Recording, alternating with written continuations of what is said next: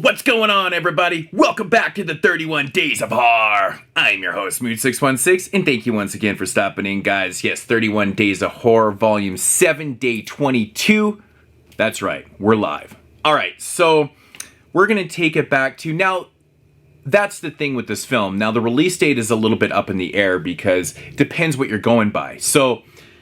little backstory on this film. So this movie was shot in 2006. It had a rough cut that was actually shown, in a small little venue in 2010. I think it was officially released in 13 as that cut, but then it was re-edited and re-released by Massacre Video in 2018. And this is the actual director's final cut of the film. I watched the intro for it. And he said, this is the version, this is the release, this is everything. So maybe I'll just put it as 2018. Of course, released by Massacre Video, and it is called Dead American Woman.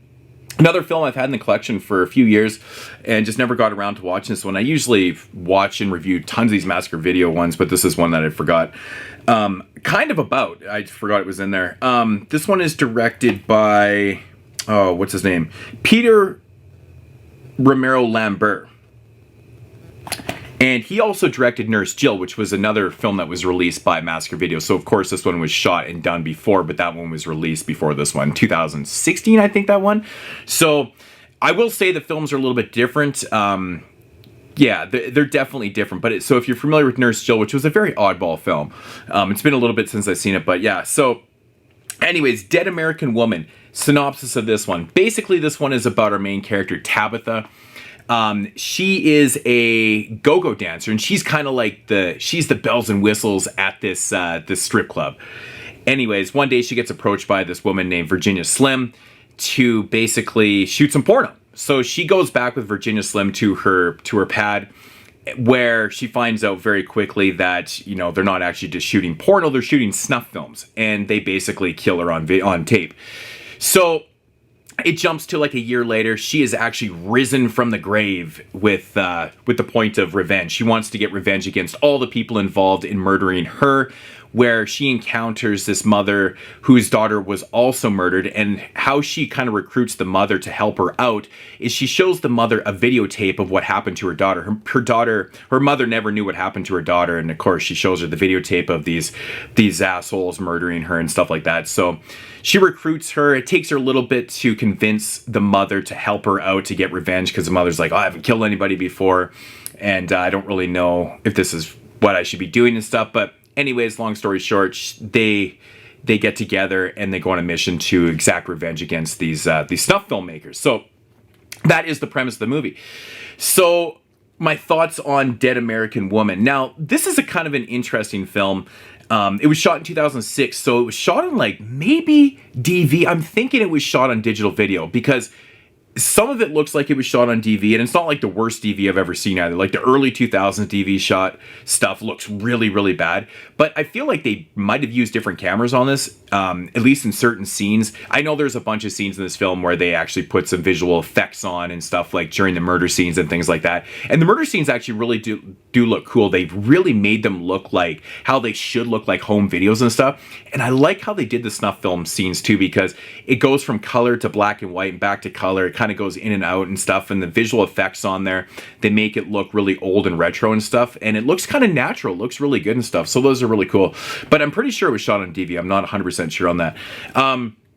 Yeah, it's very, very low budget. Now, the movie starts out really funny because, and I wasn't sure what I was getting myself into with this one, because I'd seen Nurse Jill before, and that movie was really bizarre and strange and odd. And actually, the woman that plays Virginia Slim in this is Nurse Jill in Nurse Jill, so there is a connection there. So the movie starts out with this kind of old man. He's kind of frolicking through the woods. He's singing and dancing. He seems like he's kind of lost his marbles a little bit. Anyways, he just kind of squats down and starts taking a shit. And I fucking think he actually takes a real shit in it. I think it's real shit. I'm not 100% sure on it, but it definitely looks like he took a real shit. Anyways, the camera pans up to a sign that says no dumping. Obviously, no dumping garbage. Now, right away, I was like, is this shit gonna be a fucking comedy? Like, pun intended. Is this shit gonna be a comedy? And I was like, fuck, really? But it really isn't. The movie just starts out quirky with this, man. And it's, the mother, the murdered daughter. I think it's her grandfather or her dad or something. I can't. Anyways, he's kind of like out to lunch and stuff like that.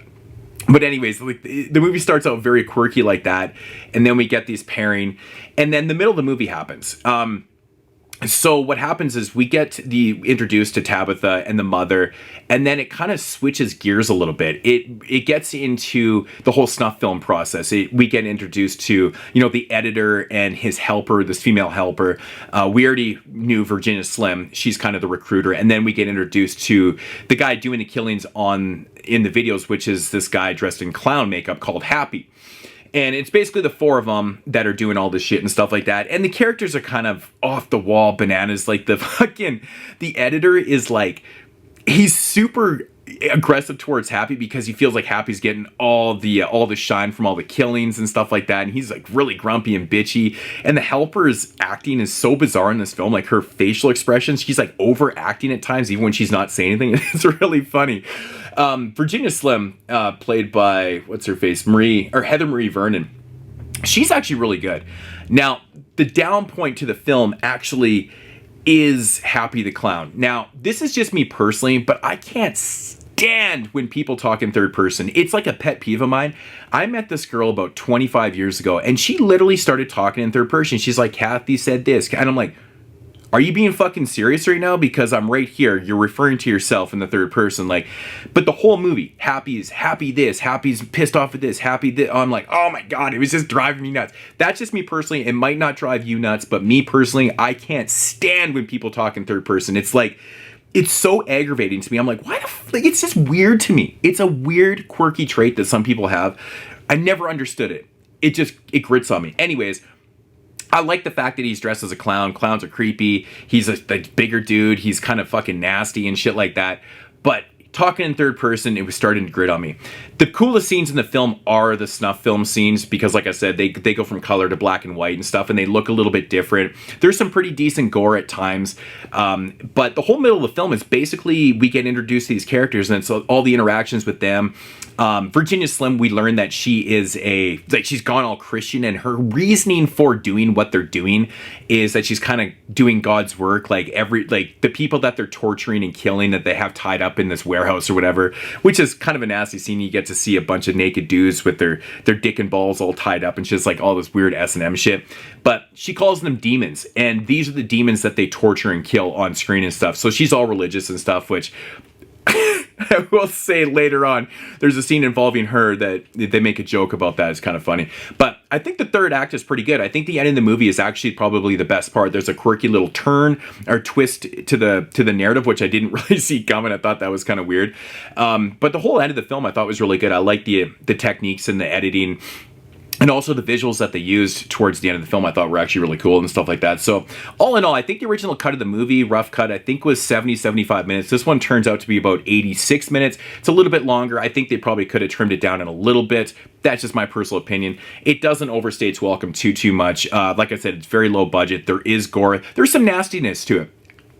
I don't know if you guys have watched my channel for a long time, but if you have, you probably know that there's certain things that grit on me in horror films. I can handle a lot of shit, but one of them is when people are being fed and it's food all over their face and shit like that. Just kills me. I find it so disgusting. I can watch the most blood and gory shit ever, but you start feeding someone some nasty ass food and shit, and then eye shit gets to me too. Getting your eyes poked out and pus. But feeding, there's a couple scenes in this film where people are being fed and I'm just like, ugh. It's fucking nasty. It's nastier than the gore. And like I said, it's not too bad. We just don't get an abundance of it. But it does the trick for what we need here. So, but yeah, all in all, revenge film, I think is pretty cool. I think, you know, the explanation for Tabitha's character returning from the grave is simply just because, you know, she was at the height of her career and stuff. And then there's really no supernatural explanation to why she really does come back. It's solely just for revenge. We don't really need one. Now, speaking of Tabitha's character, now I couldn't help but notice Tabitha's character reminds me of John Waters' Divine. Hardcore. Like, soon as she started talking, she has this very manly voice. I'm not even 100% sure. Like, I'm pretty sure that the person that plays Tabitha actually is a woman. She's just very manly. But if you know John Waters' Divine character, that is a man playing a woman. Very famous character in Divine. There's actually even a documentary, which is fantastic. But her character in this reminds me of Divine 100%. Like, I just couldn't get around it. Not so much the look, just more the manliness and stuff like that. But yeah, very odd. I don't know if it's influenced by her or what. I'm not 100% sure, but I couldn't help but notice. I had to bring that up. So, but yeah, I think that's all to report on Dead American Woman. I'm going to come in at about a 6.5 out of 10. I enjoyed it. I thought it was good for what it is. I like these low budget kind of oddities and stuff like that. So if you also like stuff and are familiar with Massacre Video releases, you know what you're getting yourself into. They release very, very low budget oddities, obscureness, and just craziness. So Dead American Woman, glad I watched it. I thought it was pretty interesting for what it was, besides the most annoying clown in history talking in third person. He would have been fine if he wasn't talking in third person. Fuck the third person shit, man. It drives me crazy. Could you imagine? Well, Mood says that, you know, really? Like, no.